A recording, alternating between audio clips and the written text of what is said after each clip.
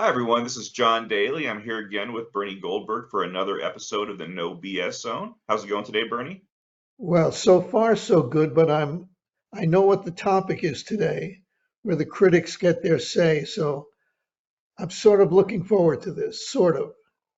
Okay. Well, I should explain that. So today we're doing something a little different. This was an idea that I pitched. So if the episode ends up being a dud, you can all blame me. That's fine. So what Bernie and I are going to do, we're going to address some topics that some members complain we don't give enough attention to, and that they want us to talk more about. The first of those topics is basically the overall awfulness of the Biden presidency. Most members, I think, agree with our assessments of Biden's mental issues and his irresponsible rhetoric. But some people view Biden's policies as member put it, Marxist, socialist, and anarchist. And so they want us to weigh in on the policy stuff more. Bernie, is there anything you'd like to say about that? Yeah, let me start out with two overarching points that will that will inform everything we say today, everything I say today anyway. One, even opinion journalists have to be fair. So I can't say he's a Marxist, he's a socialist, he's a doofus, and all. I can say that if I believe it, and I do believe he's doing a horrible job. But I need evidence before I just jump to conclusions. Uh, and when I don't meet my critics' standard, it's because I'm a journalist and they're not. I have different set of principles and values that they don't have. Um, the second overarching point, which I find especially interesting, is that the criticism of me and my ideas used to come entirely from liberals. When I wrote Bias, when I was on with Bill O'Reilly, all the criticism, well, when I wrote Bias, certainly with Bill O'Reilly, came from both sides. But it came from liberals when I wrote Bias because I was calling out liberal bias in the media. I think there was a time when I could have been elected to Congress or something, maybe even higher office than that. But now the overwhelming percentage of criticism, overwhelming, comes from conservatives who think that I'm not conservative. And they think I'm not conservative because I say things about Donald Trump that, while are factually true, that's not what they want. They don't want to. They don't want to hear that Donald Trump tells all sorts of lies, that Donald Trump tried to steal an election, that Donald Trump was really a threat to democracy, because liberals also say he was a threat to democracy. Therefore, I must be a liberal. It makes no sense. It makes no sense. And people who say this, they have every right to say it, and I appreciate the fact that they're weighing in. But if they don't take me seriously, well, back at you, folks. I don't take you seriously either if you want me to be an ideologue, because you're an ideologue. I'm not an ideologue. I'm a journalist, an opinion journalist who believes even opinion journalists, as I said, have to be fair. Right. What would you say if you were to name one policy in particular that you thought from Biden was really bad? What would it be? Well, I think he's two-faced. It isn't inflation and it isn't China or anything like that. He comes off, at least he's portrayed himself as Mr. Nice Guy, as middle class Joe from Scranton, Pennsylvania. It's a lie. And that bothers me more than the particulars of inflation or anything like that. He's a phony. And and what bothers me related to that is how Democrats, just as Trump supporters, will agree with anything Trump says and look the other way when Trump does something wrong. Biden's ardent supporters are exactly the same. Exactly the same. He lies.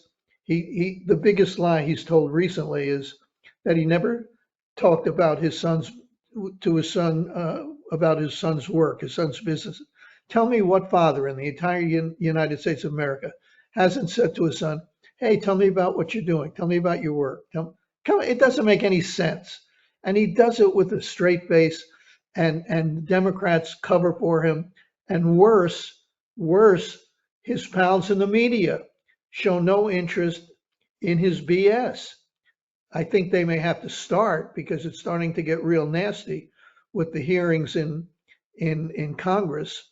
But that's what bothers me more than anything else. His well-crafted, phony persona. And I went ahead on my end and came up with a number of policies that I think were really bad. I've written about all these. I think it's funny sometimes where people say, "John, you don't ever come at Biden." I'm like, have you been reading my stuff?" But no, I made no bones about how bad I thought Biden's Afghanistan policy was. I've written about it in multiple columns, including before that policy was even implemented, where I argued that it was going to be a complete disaster. It ended up being even worse than I thought it would be, and unfortunately, both Biden and Trump wanted badly to take all of our troops out. It was going to happen regardless of who won in 2020, but it did happen. Biden is to blame. He's the guy who made it happen. The border, obviously, I've written about that. Biden sent out the signal during his presidential campaign that border enforcement wouldn't be as strict under his administration. Clearly, the world was listening on that. Inflation, you brought up, Bernie. It is now coming down, and the truth that a lot of people on the right don't want to hear, it was always going to get high in the first place because of the pandemic recovery. But Biden certainly made things worse and prolonged the problem with a lot of unnecessary spending. Um, the student loan forgiveness stuff, I think we pretty much have the same view on this, Bernie. It was not only really bad policy, it ended up being unconstitutional. So yeah, like you, I'm not a fan of Biden or his policies. I do think he's been better on Ukraine than a number of Republican leaders, in my opinion. But I don't want another Biden term. I know you don't. I do want him gone, and so that's why I want a Republican nominee who can not only beat him, but someone who actually cares about the country, who is competent, who hasn't tried to overturn an election, who isn't currently under multiple indictments. That doesn't feel like a lot to ask for, but it seems to be. Am I kind of reflecting some of your policy stances as well, Yeah, Bernie? absolutely. But the one thing I hear, if I had to pick out one thing that I hear more than anything else, and it's not necessarily aimed at you or me, but it's a general complaint that has some merit. Even people who, in the case of Trump and Biden, even people who know Donald Trump does bad things, even they'll vote for him. But even if they know that he's a liar, he's a narcissist, he did something terrible in trying to overthrow an election and all that, what they say is, yeah, what about the other side? In other words, as long as the other side gets away with something, like the current day example, Donald Trump gets raided at Mar-a-Lago and all that. Okay, forget about whether that's a legitimate thing or not. Probably was, but let's not get into that. But where's the FBI raid on Hunter Biden? And that's what bothers people. It's not crazy. They have a point. And even when the two things aren't the same, and even when there's a significant difference, they rhyme. They look like they're the same. And I hear it more than any other single thing. Yeah, okay, Donald Trump may be dishonest, but so is Biden. They're right. I'm the one who points that out. And sometimes they don't want to hear that their guy is a liar, but the other guy is a liar. I can say that. And on the other side, with liberals and progressives, they're just as bad. The hard right and the hard left are not that different. The hard right doesn't want to hear anything bad about their team. The hard left doesn't want to hear anything bad about their team. Again, I told you this is going to be a thread running through the entire discussion. I'm a journalist. I'm an opinion journalist now. My background is in hard news. Even opinion journalists have to be fair. You can't criticize Biden for one thing, and when Trump does the same thing, look the other way, and vice versa. You just can't do that. I can't do that. Right. Now you brought up Hunter Biden a couple times. That's actually our next topic. It is, I would say, obvious to many people on the right that he and his father Joe were in criminal cahoots to take money from foreign entities in return for political favors. And some of our members don't understand why that's not quite as obvious to you and me.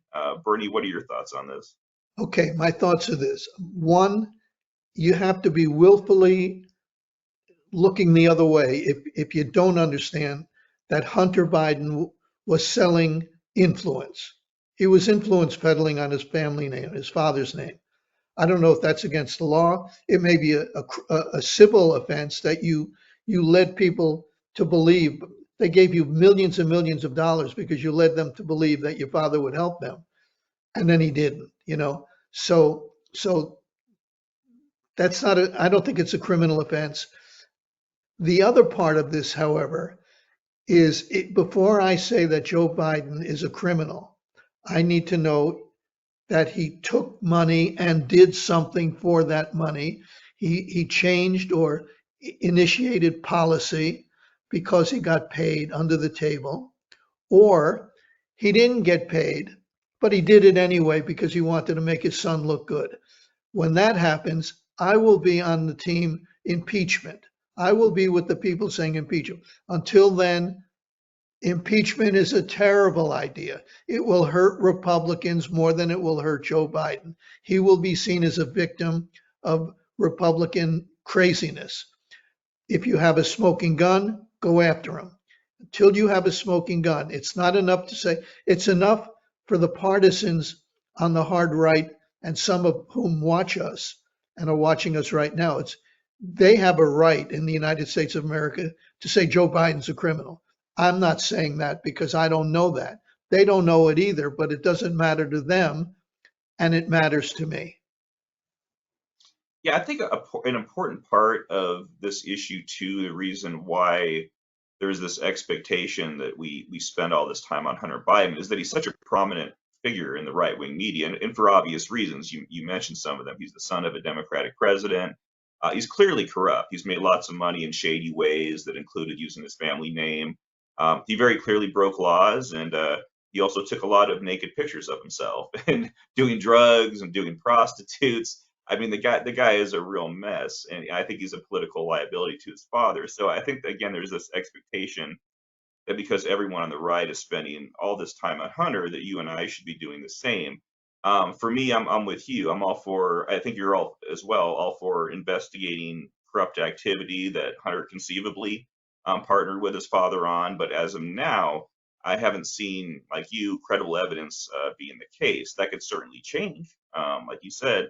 But until then, I guess I don't feel like spending any more time on Hunter than I have with Trump's sons and Jared Kushner, who I think have done corrupt things, but I haven't really written about much myself. Hunter is interesting though, because of the Department of Justice. I mean, he did get a sweetheart deal. He, why would you set up numerous shell companies if you weren't breaking some law? And if selling your father's name for money is not a criminal offense, then why would you set up shell? Well, maybe it was because you didn't want to pay taxes. That's knowingly avoiding the taxes you owe. Knowingly is a key word. That would be a felony. If you did it or if I did it, we wouldn't be getting some sweetheart deal. So I have no problem with the House looking into Hunter Biden's activities and all that. And I don't have any problem asking questions about whether his father, the president or vice president at the time, was or is involved. But until we know that he is, I'm not going around like some of our critics saying, well, everybody knows that Joe Biden's a crook. Everybody knows that Joe Biden there were $10 million. Joe Biden got five. Well, how do you know that? I don't know that. As soon as I do know that, and as soon as I know that he took money, I know he's a liar. I know that when he said he never talked to his son about business, he'd be the only father in the United States of America, maybe the whole world, who hasn't talked to his son about, hey, what are you doing? How's work today? So I know he's a liar, but I don't know that he's committed some kind of impeachable offense. When I do know, if I ever do know, I will join the hard right, and it will no longer be the hard right. It'll be Republicans in general and Democrats. Again, they will make believe there was no offense. That's the bigger problem that we have. You think climate change is a problem? I think polarization is a problem. The Democrats are never going to admit to anything that Joe or Hunter did wrong, and and on the hard right, they're not going to admit that Joe might be innocent and Trump did something wrong. There's no principles involved here. It's a matter of convenience. I'm on the red team or the blue team. I'm not gonna give any ammunition to the other side.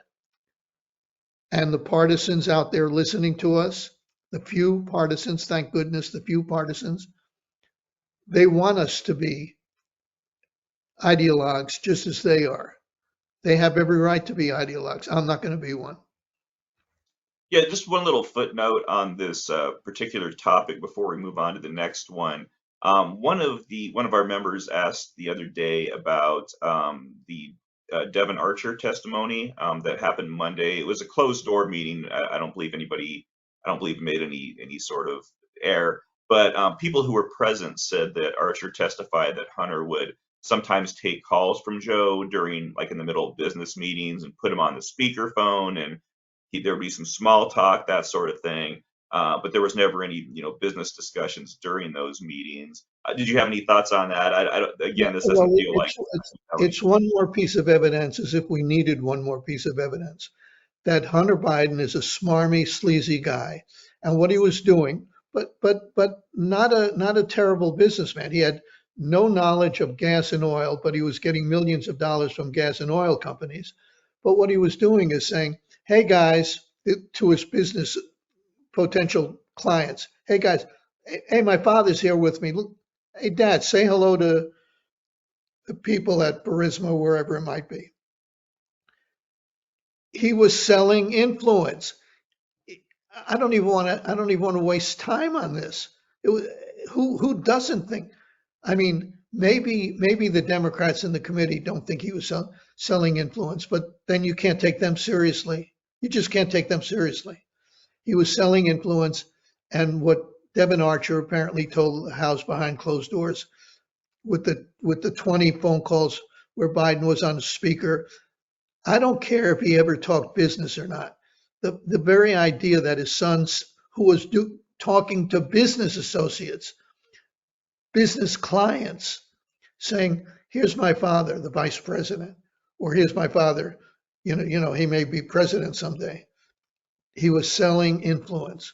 May not be against the law, but I'll tell you this: if I were one of those companies in China or Romania or Ukraine that paid this knucklehead millions and millions of dollars, and I didn't get anything in return, I'd find a way to sue him in civil court. It's fraud. He told me that his father could do this and that for me, and his father never did it. I want my money back. I think okay, we'll move on to this. if I were a lawyer for Burisma or somebody, I take that case. So yeah, the next topic is transgender issues. They are big with people on the right, and really they're big with people on the left as well, just from a different perspective. Um, there's the issue of biological men competing against biological women, gender reassignment surgery, including for minors, preferred pronouns, that's been around a little bit longer, and other things. Bernie, what are your thoughts on these issues? And is there a reason you're not as engaged in them as a lot of people on the right are? I have very distinct thoughts on this. I think transgender people have all the rights that everybody else has. They have the right to live in peace. They have the right to get a job if they qualify and not be fired because they're transgender. They have a right to live in any place they can afford to live.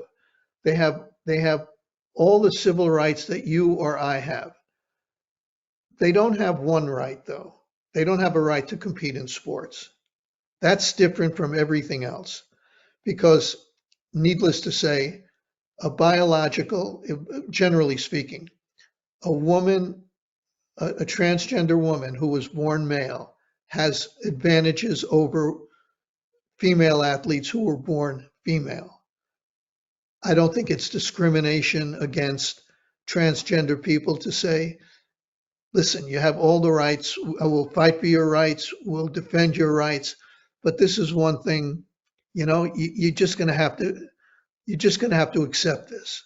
And people who have said to me, well, why don't they have their own league? Well, come on, there's not enough transgender people to have their own competition. I want to say one more thing, and I'm going to be on dangerous territory here.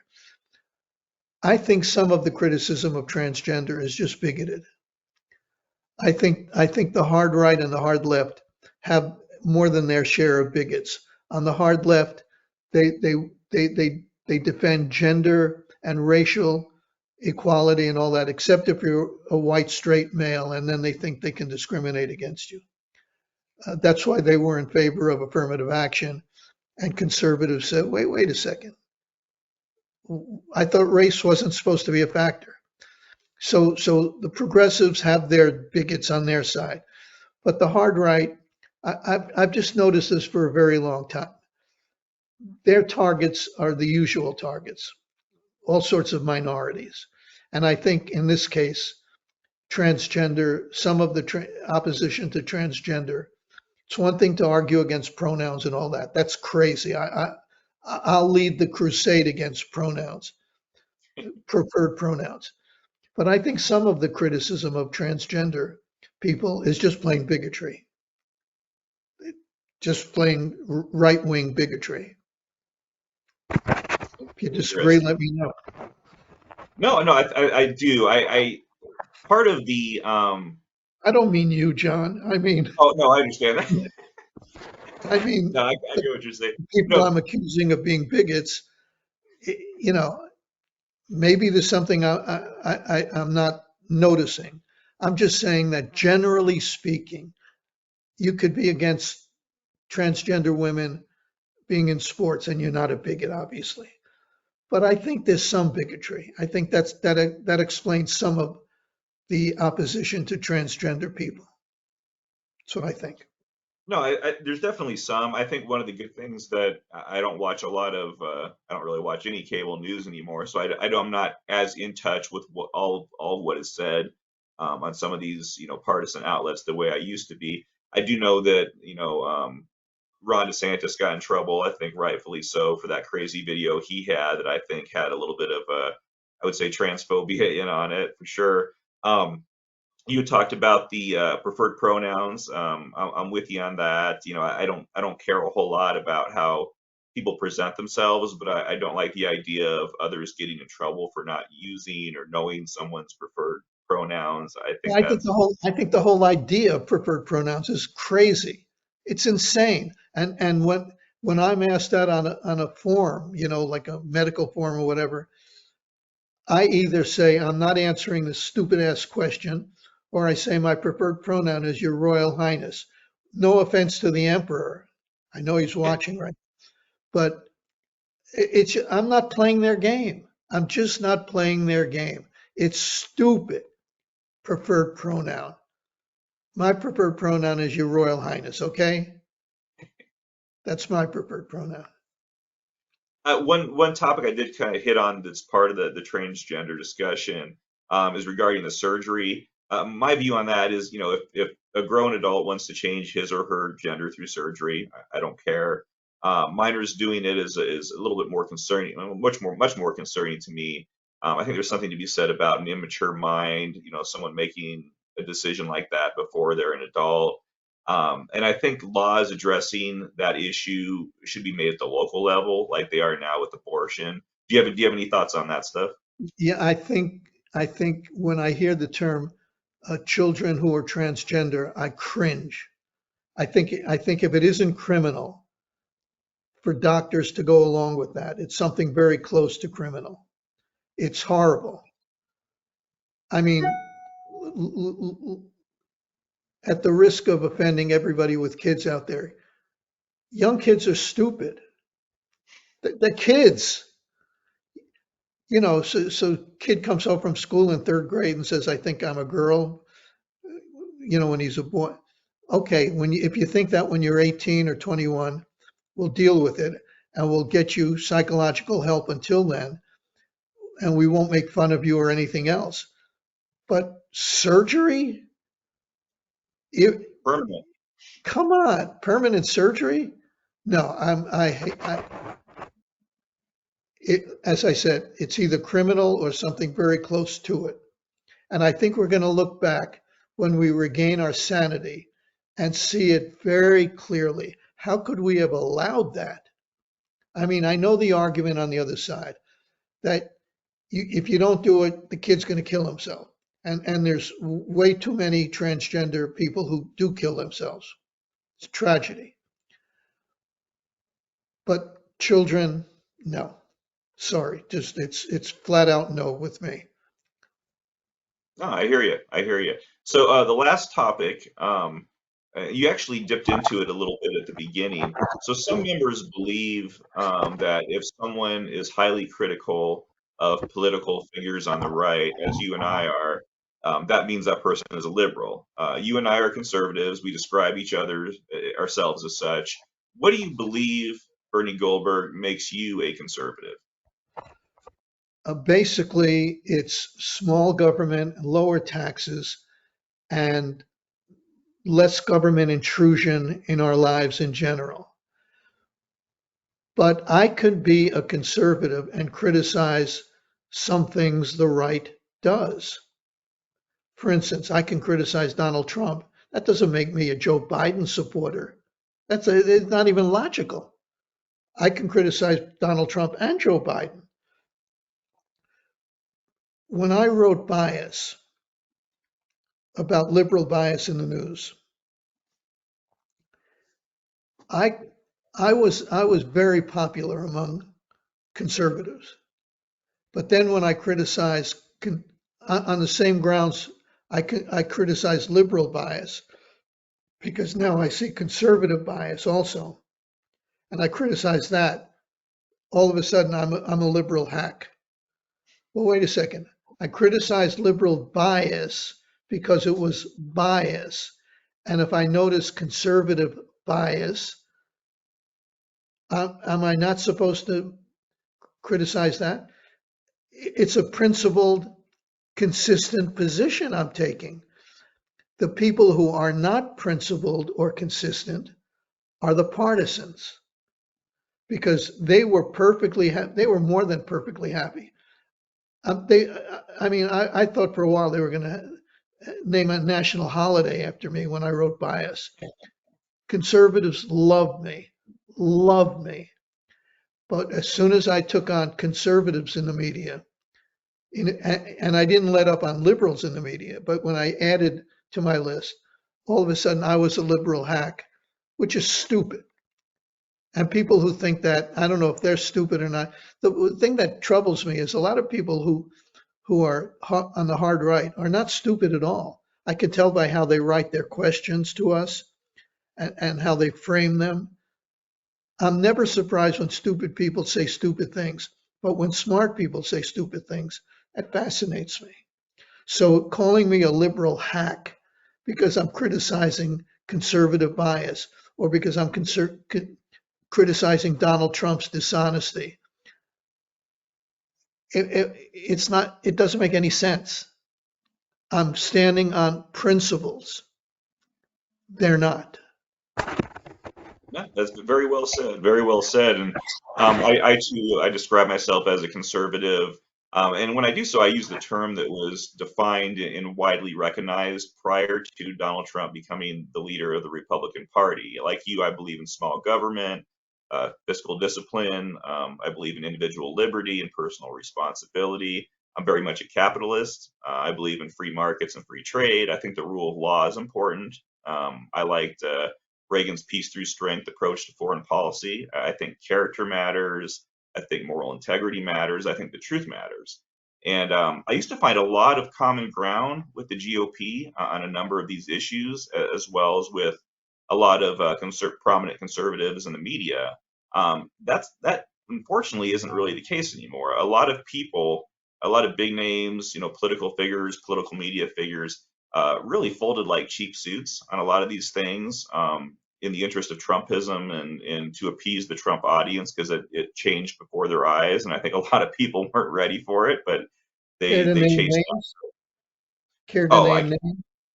oh yeah, I could go on all day. I mean, you look at some of the biggest names out there. Tucker Carlson, obviously. You look at him before the pre-Trump, before Trump, and you can see, go out on YouTube. He is saying pretty much the opposite now of what he was saying back then. He has folded on so many things. It's funny. One Gutfeld? issue, Gutfeld. Yeah, I wrote about Greg Gutfeld recently. Um, that he was such a disappointment because he actually, I don't know how you'll take this, but he actually reminded me of you, how he was sort of irreverent. He'd go on Fox News and he would like you have criticisms for the left, but he wasn't afraid to do the same for the right and sort of mock the loons on the right, the conspiracy theorists. And So he won't do that now. what do you think is the reason? I have my understanding of the reason, but I'm going to play it as if I'm going to play it naive.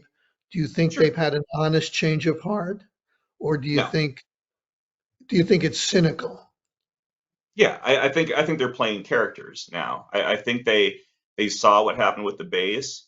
They saw that people who sold out were suddenly in a better position to do better professionally, be more important, have more fame. Exactly. Yeah, Exactly. yeah, and it's. I mean, like I said, I could go on all day. I mean, you see, uh,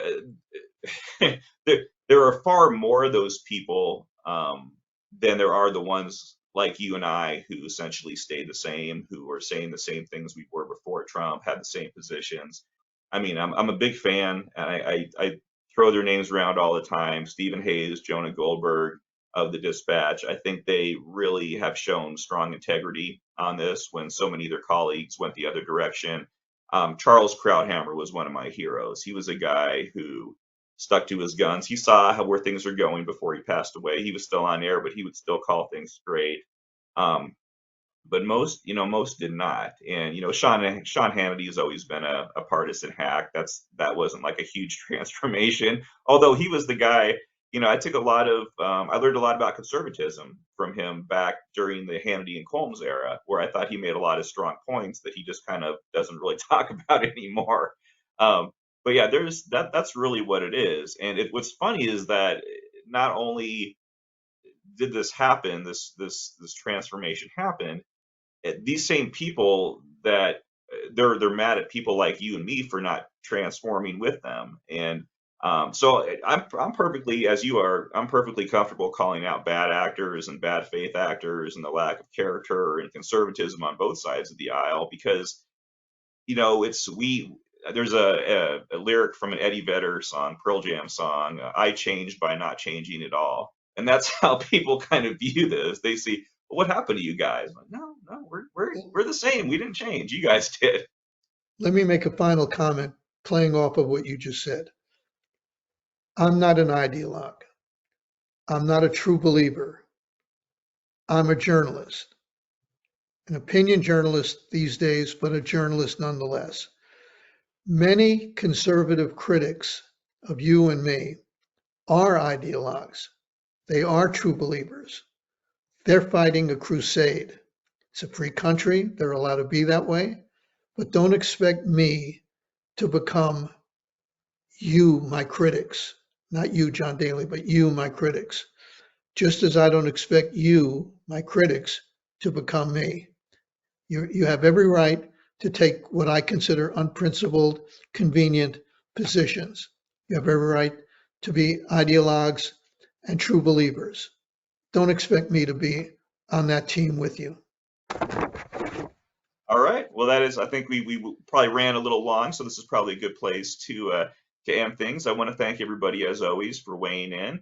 We've been getting a steady stream of new signups, so we're very appreciative of that. So if you're one of those people, welcome, and please let us know what you think about these No BS Zone episodes. Leave your comments in the comment section. Leave your questions for Friday's Q&A there as well. Anything else you'd like to add, Bernie? Just tell your friends about us. Absolutely, absolutely. All right, thanks everybody, and you have a great day, Bernie. You too, John. Thanks.